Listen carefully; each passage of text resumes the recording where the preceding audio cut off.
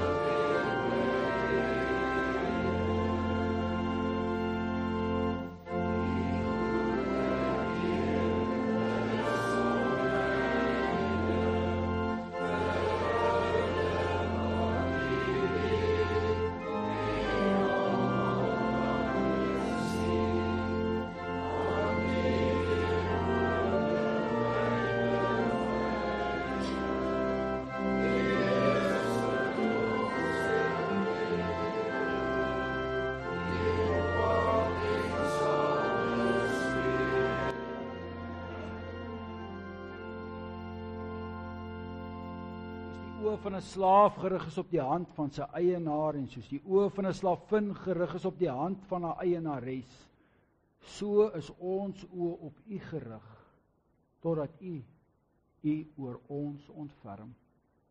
Gemeente, genade, barmhartigheid en vrede word aan u geskenk deur God ons Vader, Jesus Christus ons Here, deur die kragvolle werking van die Heilige Gees.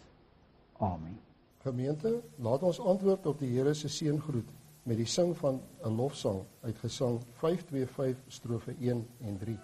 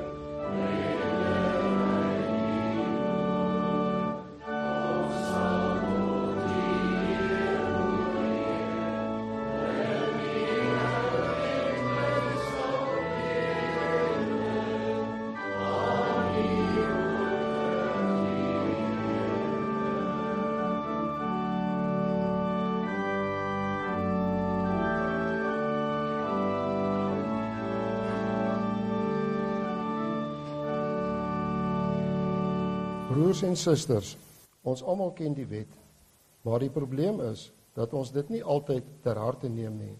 Kom ons luister weer na wat die wet vir ons sê volgens Deuteronomium 5.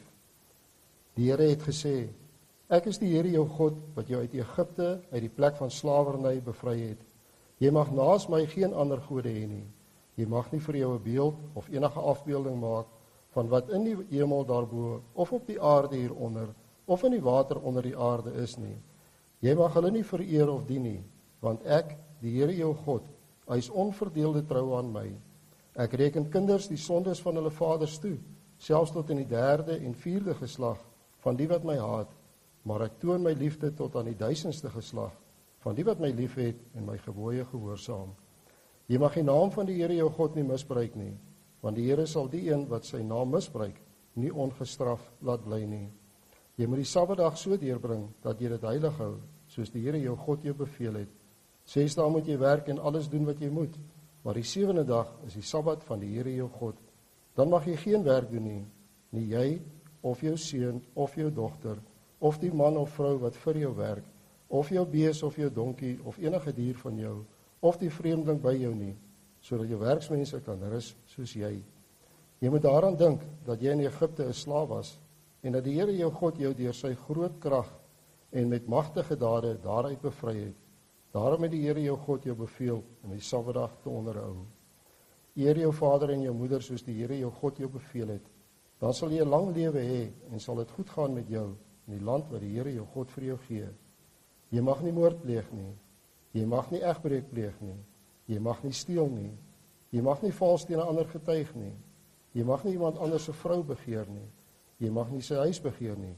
Ook nie sy grond, sy slaaf of slavin, sy bees of donkie of enigiets anders wat aan hom behoort nie. Met die aanhoor van God se wet is dit duidelik dat ons sondaars is wat skuldig staan teenoor God en medemens. Laat ons skuld bely. Kom ons sing uit Gesang 240 strofe 2.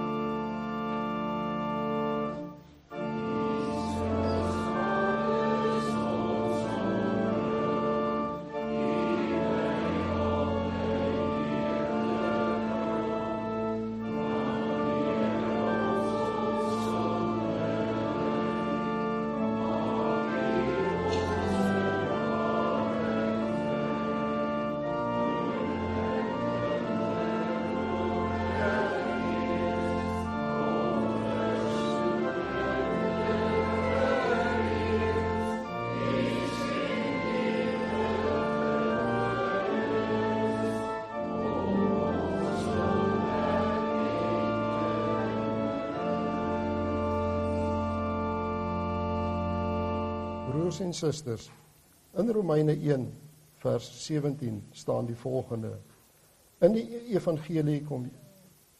evangelie kom juis tot openbaring dat God mense van hulle sonde vryspreek, enkel en alleen omdat hulle glo. Dit is soos daar geskrywe staan: Elkeen wat deur God vrygespreek is, omdat hy glo, sal lewe. Kom ons bely ons geloof in ons genadige God soos volg.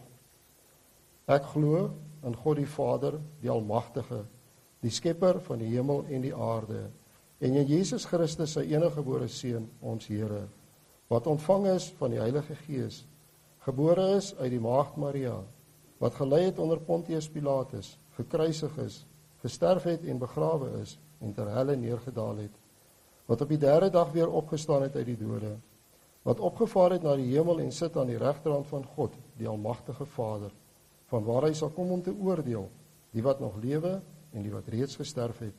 Ek glo in die Heilige Gees. Ek glo aan 'n heilige, algemene Christelike kerk, die gemeenskap van heiliges, die vergifnis van sondes, die opstanding van die vlees en 'n ewige lewe. Amen. Nadat ons ons geloof bely het, laat ons die Here eer met 'n lofpsalm. Kom ons sing uit Gesang 265 strofes 1 en 2.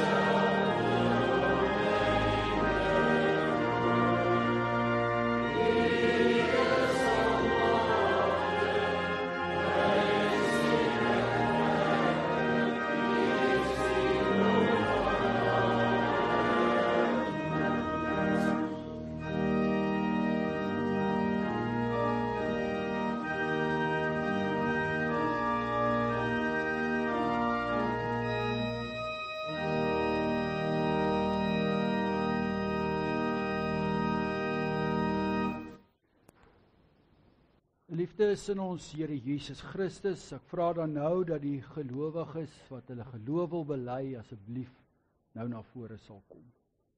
Geliefdes in ons Here Jesus Christus, God het die wêreld so lief gehad, dat hy sy seun gestuur het, sodat elkeen wat in hom glo nie verlore sal gaan nie, maar die ewige lewe sal beerwe.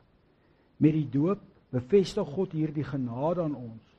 God se liefde dring ons om ons geloof te bely. Die verrassende is dat die woord van God ons leer dat geloof nie uit onsself kom nie. Dit is 'n geskenk van God.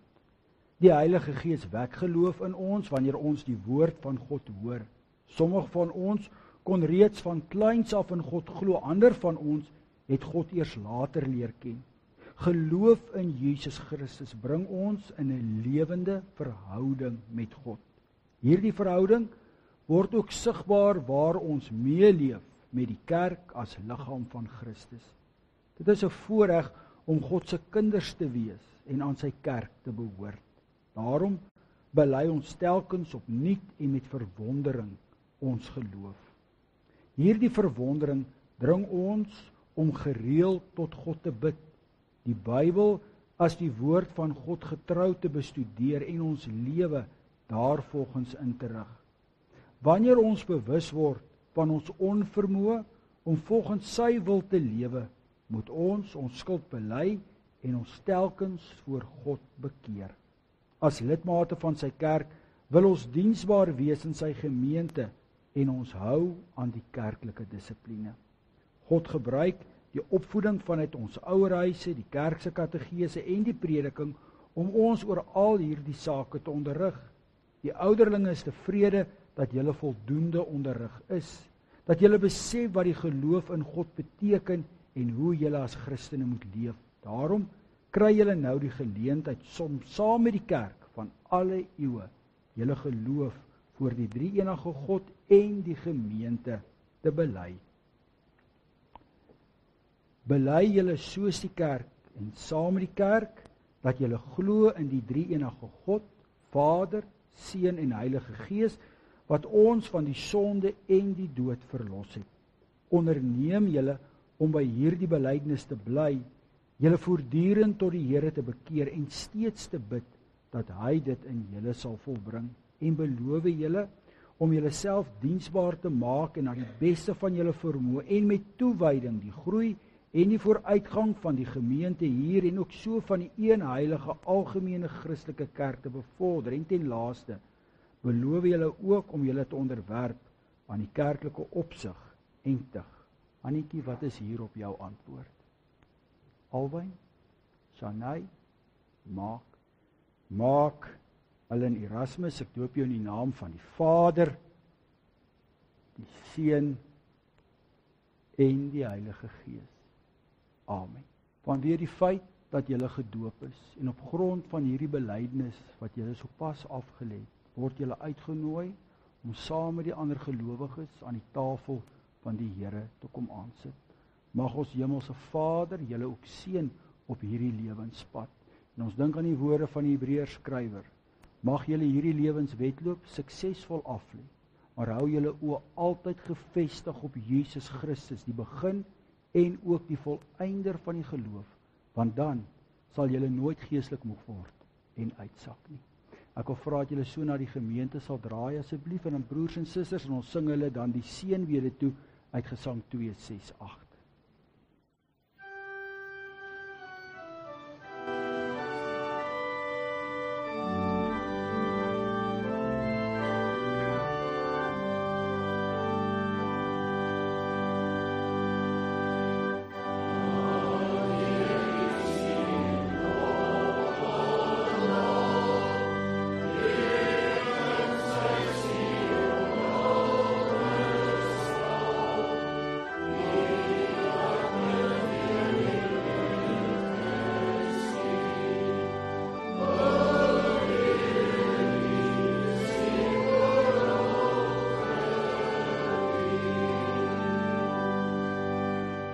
Gemeente, voordat ons vanmôre die Here se woord gaan oopmaak en daaruit gaan lees, terwyl jy so sit, kom ons sluit ons oë in gebed.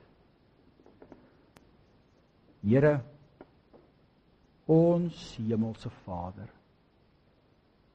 watter onuitspreeklike voorreg om op hierdie wintersoggend by mekaar te kan wees in die ruimte en die warmte van die evangelie.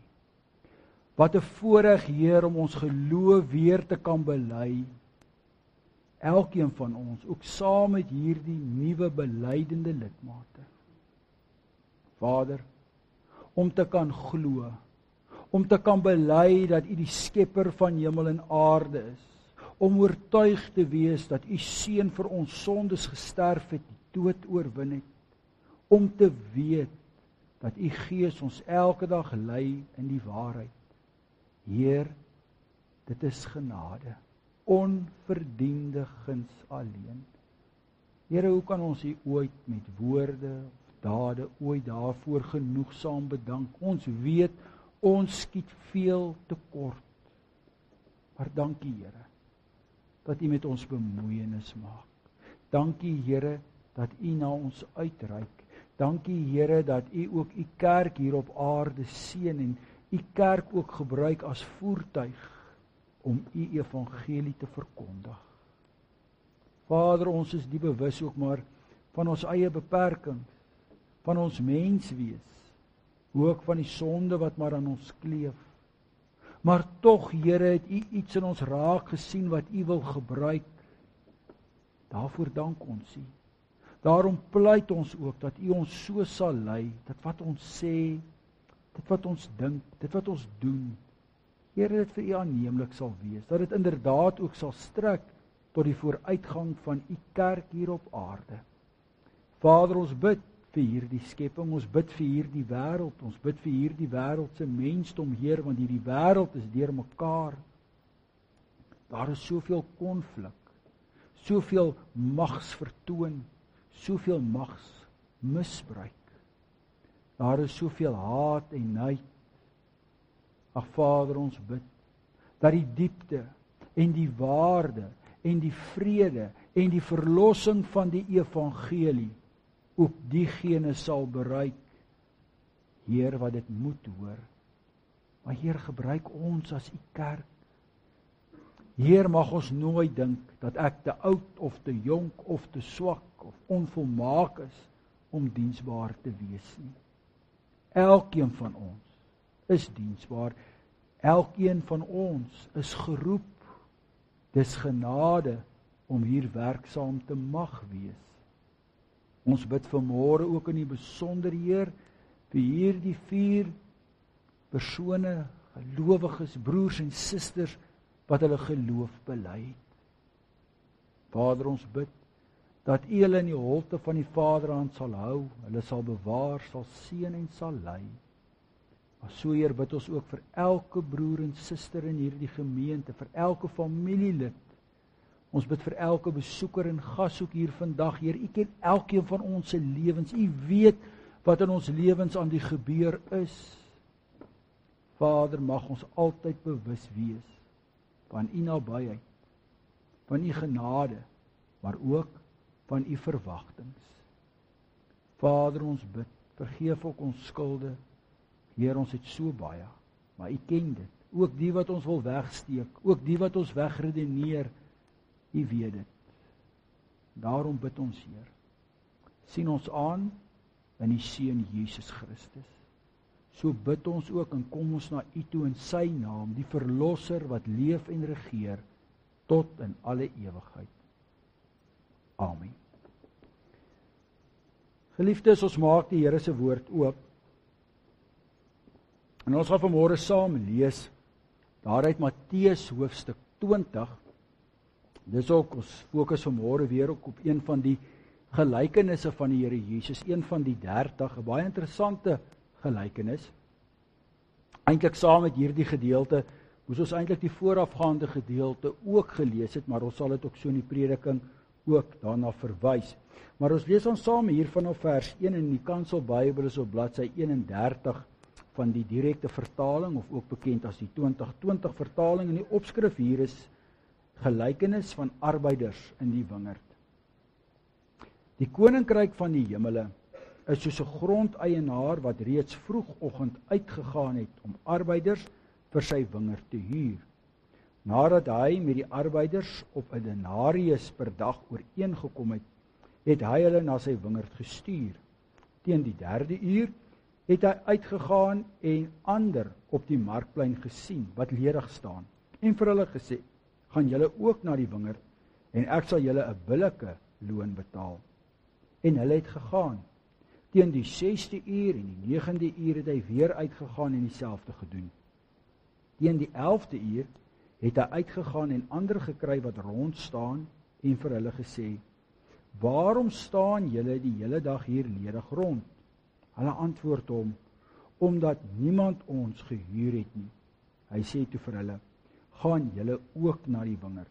Teen die aand sê die eienaar van die wingerd vir sy voorman, roep die arbeiders en betaal hulle die loon.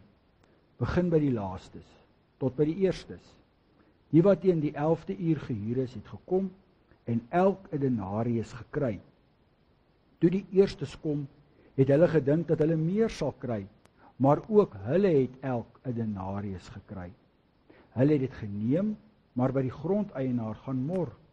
Hierdie laastes het 1 uur gewerk, en u het hulle dieselfde behandel as ons wat die dag se werk las en die hitte moes verduur.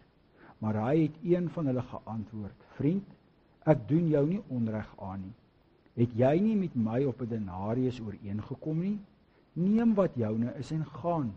Ek verkies om vir hierdie laaste een dieselfde te gee as vir jou. Mag ek nie met my goed doen wat ek wil nie? Of is jy afgunstig omdat ek goed is? So sal die laastes eerstes wees en die eerstes laaste.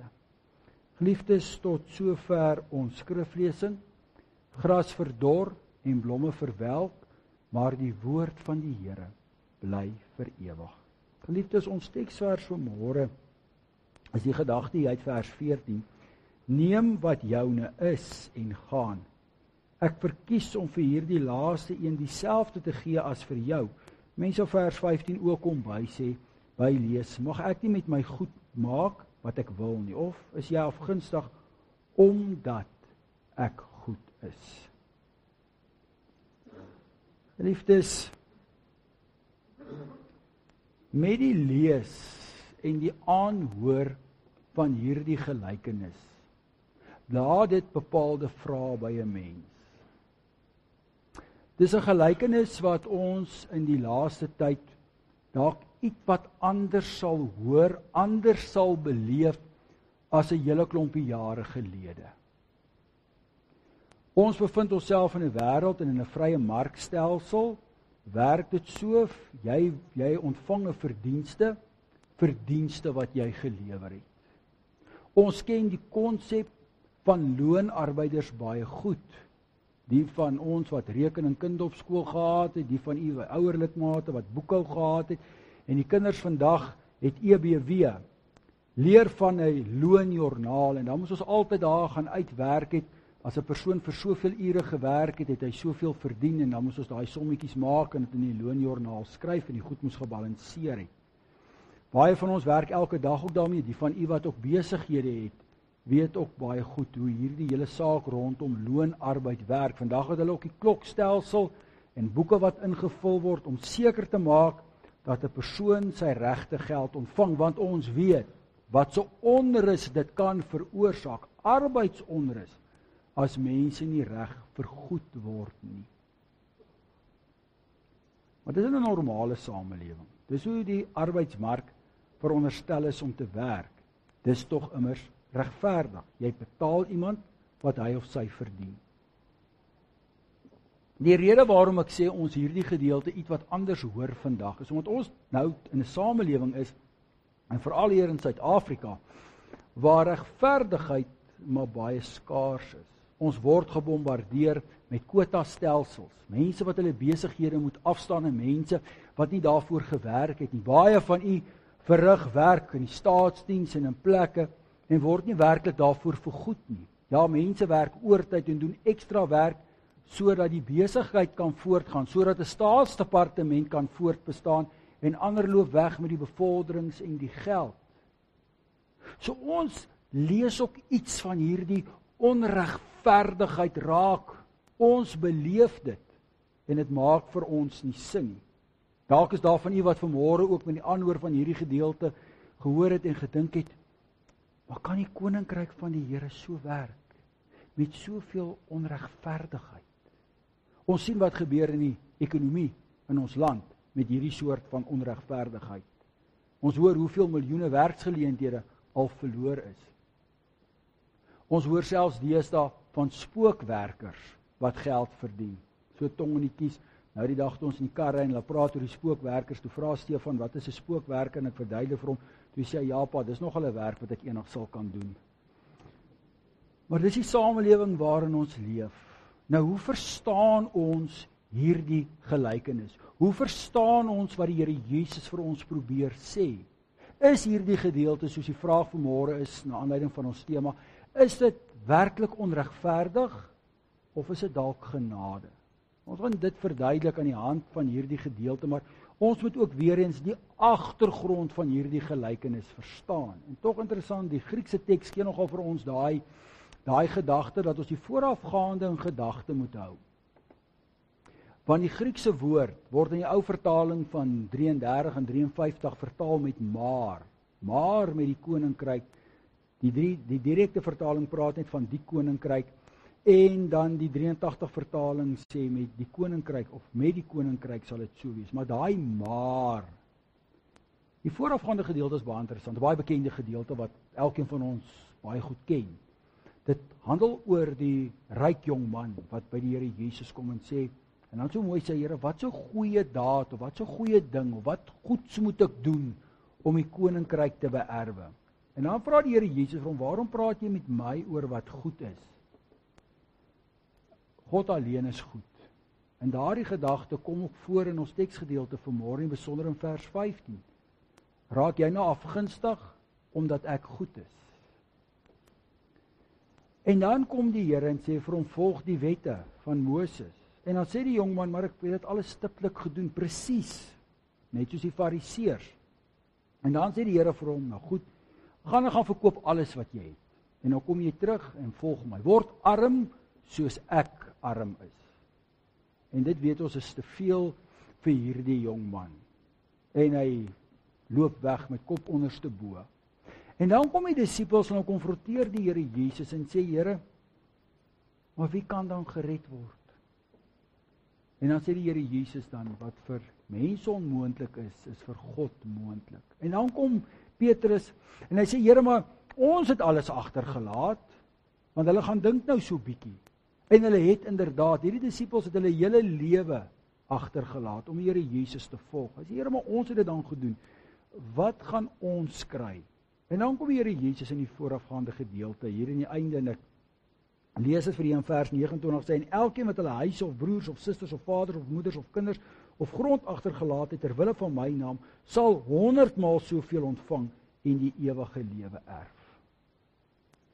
En nou kan jy self indink wat gaan deur daardie disippels se gedagtes. Dit dink nie sleg nie. Iets van gelowige hoogmoed. Nou moet jy onthou, dalk het die ryk man daar een kant gaan staan, en die fariseërs was altyd teenwoordig, hulle was altyd verteenwoordig deur iemand. Hulle kon die fout maak om te begin dink dat geloof is verdienste.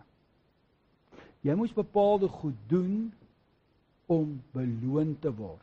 En dan lees ons ook in die bergpredikasie dat die Here Jesus baie kere verwys na beloning. Daar's baie tekste.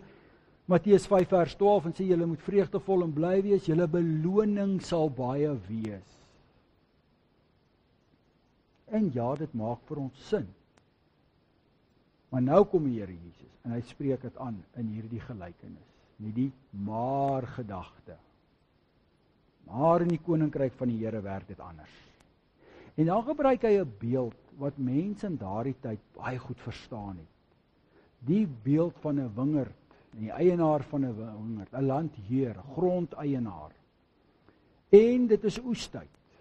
En hy dagloners nodig. 'n Gebeurtenis wat op baie plase vandag nog gebeur. Die boere wat boer met gromboontjies daar in die Wes-Transvaal en die boere wat daaronder boer met vrugte. hulle hierdie trekarbeiders of dagloners in 'n sekere tyd van die jaar. Baie kere verwys hulle ook na hulle as die oesters.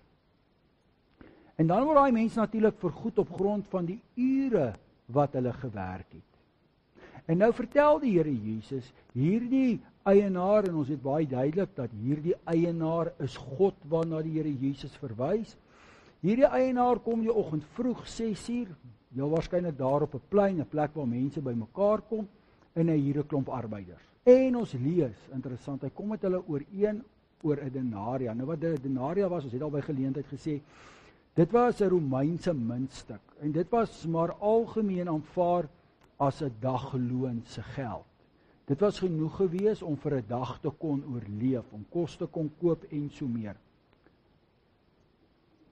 En hulle is gelukkig, en hulle gaan werk. Maar dan kom hierdie eienaar en hy besef, hy kort nog arbeiders, en hy gaan soek nog, en dan sien ons hier teen 9:00, gaan haal hy nog, en teen 12:00, en dan weer teen 3:00, maar dan die 11de uur, 5:00 die middag. Hierdie was 'n skof van 6 tot 6, 12 uur skof. Gaan haal hy nog arbeiders. Interessant in daardie gesprek wat daar plaasvind. Kom hierdie, ons kan sê hierdie werklose mense, sê maar niemand wou ons huur nie, wat nie waar is nie. Daai eienaar was deur die dag 'n paar keer daar gewees. Dis nou daardie mense wat soos ons vandag nou so sê, wat gebid het vir werk om dit nie te kry nie. En hy huur hulle. Maar hulle weet daar is maar net 'n uur oor. Interessant dat hierdie verskonings wat hulle aanbied, mense ook weer laat herinner aan daardie gelykenis van daardie persoon wat ons 'n groot fees gereël het en mense genooi het en almal het verskonings gehad, en dan ten 11de ure, heel op die einde, dan gaan maak hy mense mos in die strate bymekaar. Ons het ook by geleentheid al na daardie teks gekyk. En nou het almal gewerk, party 12 ure, party minder, en die laaste groep 'n uur. En nou moet ons dan ook daarom nou ter verdediging, daarom sê dit word nou nie genoem in die gelykenis nie, maar dan wonder 'n mens, u weet self, die van u wat besighede het, dit gaan ook nie noodwendig altyd oor hoeveel ure iemand werk nie. Dit is ook maar eintlik 'n baie oorvereenvoudiging van 'n arbeidsstelsel. Eintlik moet dit gaan oor die waarde wat iemand toevoeg tot iemand se besigheid. Dit is soos om Abraham nou die dag vertel het, wat iemand vir 3 dae vat om 'n bepaalde onderdeel in 'n kar te vervang. Ja, hy het ure gewerk, maar die waarde wat hy toegevoeg het, is dat 'n mens geld verloor. Wie wat besighede het, weet presies, of wat met lone al gewerk het, weet presies wat daarmee bedoel word. So in daai laaste uur kon daai arbeider of arbeiders dalk 'n enorme waarde toegevoeg het. As ons vandag so moderne landbou kan gebruik, kon hulle dalk gesien het dat iets besig was om klaar te raak. Hulle was dalk nog helder en wakker en kon die boere klomp geld gespaar het. Maar dis nie waaroor dit gaan per se van sake nie. Dit gaan oor die betaling. Dit gaan oor die regverdigheid, waarmee ons baie kere worstel in die lewe. En nou interessant dat Matteus hier skryf, en die Here Jesus nie die gelykenis sê, nou sê hy vir sy voorman, kry die mense bymekaar, en spesifiek met 'n doel, die wie laaste was, moet jy eerste betaal. Ons sou dit heel waarskynlik anders omgedoen het. Met reg ook, hulle kan ons wag. Die ouens wat die hele dag gewerk het, het die voorkeur. Dis tog net logies. Maar dit gebeur nie so nie. En hulle ontvang 'n denarius, daai geldmuntstuk vir 'n dag se loon. U kan jouself net indink hoe opgewonde en dankbaar hulle moes wees. Hoe verbaas hierdie mense moes wees. Onthou, ons lees nie daar was met hulle ooreengekom oor enige betaling. Hulle het seker maar gedink, hulle gaan dalk maar iets kry, net om dalk ietsie te kon koop. Hulle het nie 'n hoë verwagting gehad, maar nou is hulle verwagtings oortref. Hulle kry 'n hele dag se loon. Dit aan die een kant. Aan die ander kant staan die klomp wat vanmôre al 6:00 begin werk het en hou hierdie situasie dop. En jy kan nou jouself indink wat deur hulle gedagtes gegaan het. As hulle 1 muntstuk kry vir 'n uur se werk, wat gaan ons verdien? 12. Dis ons regverdig. So jy kan jouself nou indink wat so som hulle in hulle koppe gemaak het. Dis nie sleg nie. Opgewonde. Maar dan kom die groot teleurstelling. Dat die wat 3 uur aangestel is, kry ook net 1. En die wat 12 uur aangestel is, kry ook net 1. En die wat 9 uur aangestel is, kry ook een. En so waar, hulle wat die heel dag, soos hulle sê, daar in die son gestaan het, wat een van hulle, ons vandag kon sê, die vakbond verteenwoordiger, kon konfronteer die eienaar en sê, maar wat gaan hier aan? En dan interessant sê die eienaar, nou maar waar is jy ontstel? Ek het jou nie onregverdig behandel nie, want ons lees die begin van die teks, ons het mos met mekaar ooreengekom vir 'n denarius, vir 'n dag se loon. Wat is die probleem? Dit laat 'n mens ook weer dink aan daardie gedeelte van die verlore seun. En die oudste seun wat ook gesê het, maar dis ons so onregverdig, pa, ek sien hele my lewe lank by pa, hier kom pa se seun wat weggeloop het, al pa se geld uitgemors het, hom sleg gedra het, en pa ontvang hom soos 'n eregas. Waarom, broer en suster, is hierdie arbeiders, is hierdie oudste seun ongelukkig? Want in hulle perspektief is dit onregverdig. En ons wees eerlik vanmôre, ons vereenselwig ook met hulle.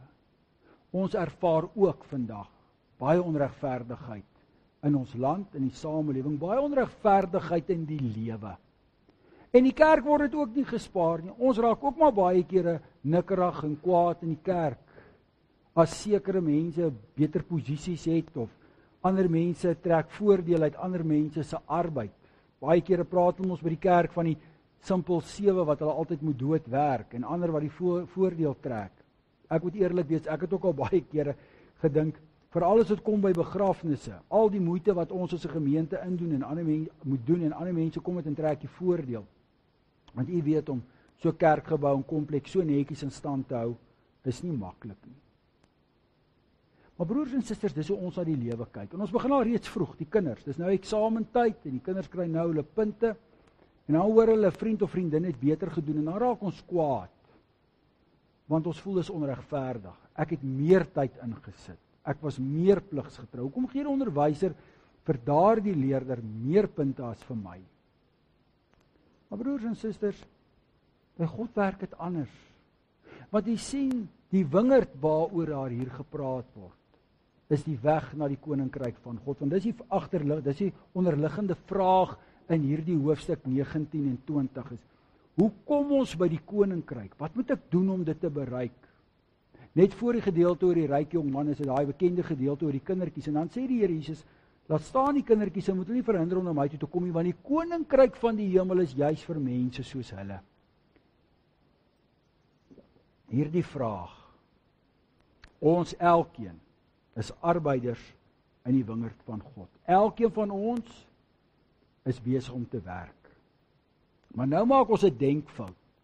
Ons sien dit as 'n plig en ons sien dit as 'n saak waarvoor ons vergoed moet word.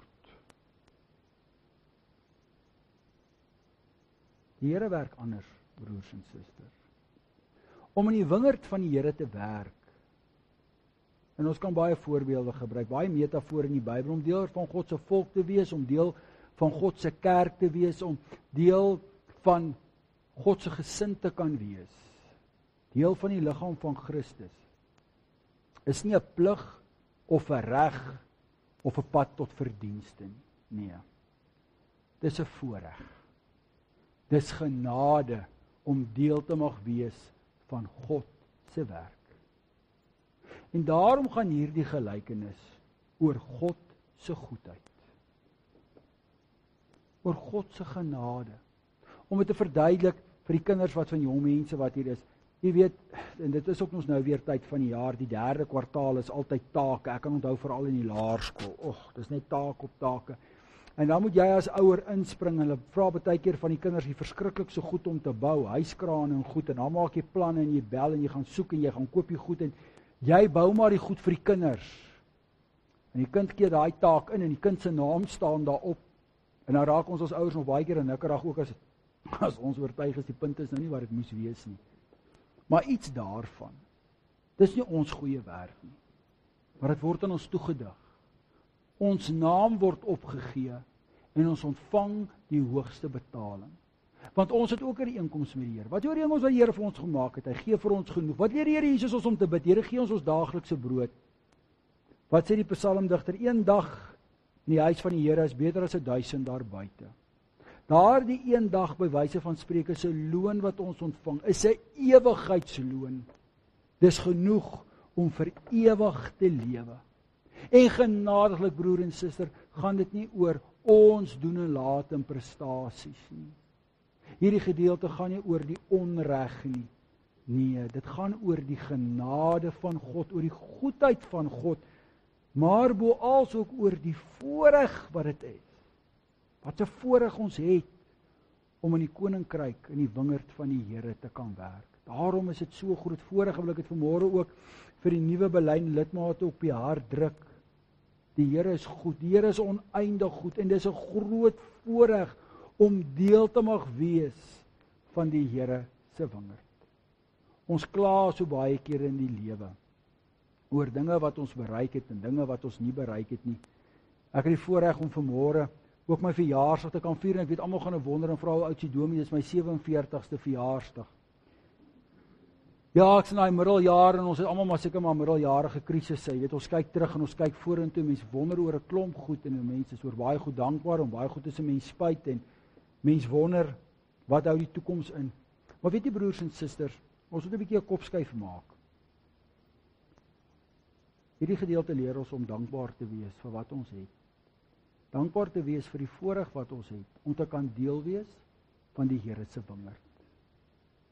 Want dit gaan op die einde van die dag nie wat ons gedoen het, en hoe lank ons gewerk het, en wat ons bereik het nie. Ons is maar 'n ou klein gemeentetjie, 'n eenvoudige gemeente hier in Pretoria Noord in Teresa Park, of soos die mense sê, die Norf. Ja, ons is hier in die Norf. Dis wat ons is, en dis wie ons is. Daar is groot en gemeentes met duisende mense, en daar is indrukwekkende goed in die lewe. Dit gaan ook oor alles in die lewe. Ons stop so baie kere by verkeerslig, en ons kyk na die ander mense se karre en ander mense se huise, en ons voel baie kere so opstandig en so ontevrede. Maar weet jy, broers en susters, dit gaan nie daaroor nie. Ons almal ontvang dieselfde loon. Dis die kontrak wat ons het met die Here. Daardie billike loon waarvan hy gepraat het. Dis 'n voorreg om deel te wees van sy koninkryk. Dis 'n voorreg om deel te mag wees van hierdie gemeente. Dis 'n voorreg om 'n predikant te kan wees van hierdie gemeente. Dit gaan nie oor of mens die belangrikste of die bekendste of slimste of wat se predikant te kan wees nie. Dit gaan nie daaroor nie. Dit gaan nie oor wie 'n voorsitter is of nie 'n voorsitter is nie. Dis nie waaroor die lewe gaan nie. Elkeen van ons het die voorreg om diensbaar te kan wees in die wingerd van die Here. Broer en suster, watter genade, want ons weet, ons almal ontvang dieselfde loon. Die teenkant is natuurlik ook waar. Dit sê die Bybel op soveel plekke, dat die loon op die sonde is die dood. Genadiglik is die ander kant ook waar. En dit, broers en susters, moet ons aanspoor om altyd ons beste te gee. Nie in lyn met prestasies of betalings of belonings nie, maar in lyn vir ons dankbaarheid wat ons het. En ek weet as van u wat dalk vanmôre dink, ja, maar die Here het vir Petrus gesê, wie eerste sal laaste wees, ons sal 100 maal meer kry. Petrus moes dit ook in die lewe leer.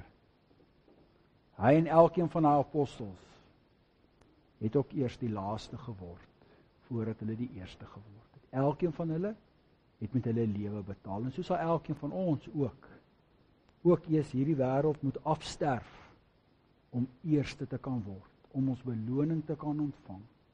Wat 'n groot genade.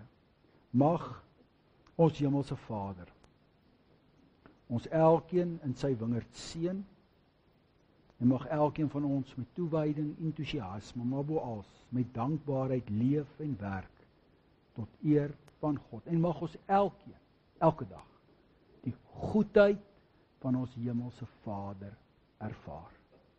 Amen. Geliefdes, kom ons dank saam.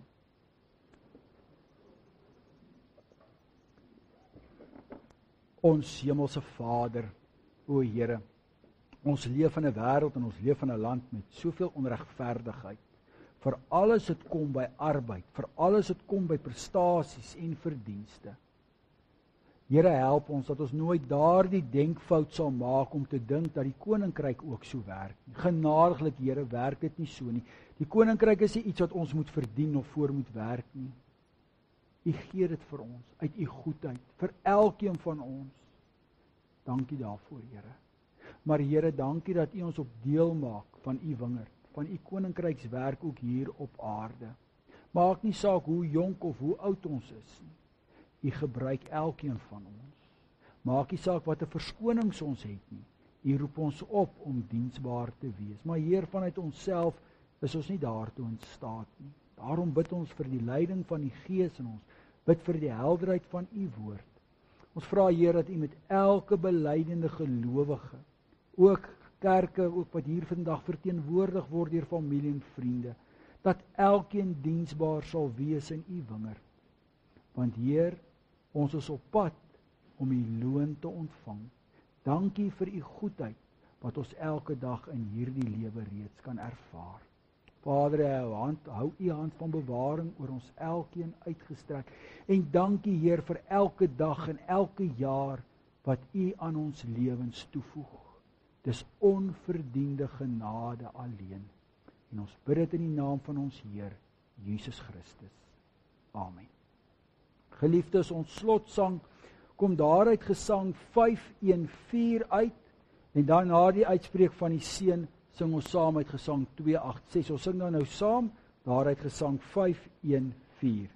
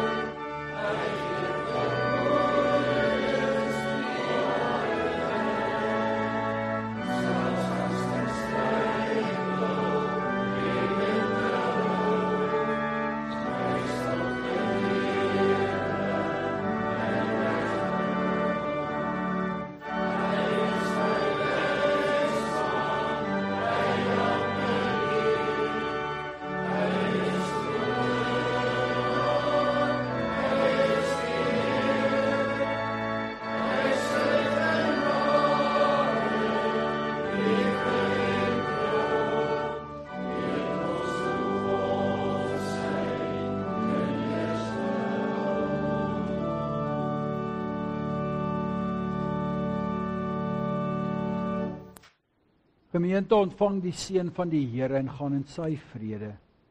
Die Here sal u seën en beskerm. Die Here sal tot u redding verskyn en u genadig wees. Die Here sal u gebede verhoor en aan u sy vrede gee. Amen.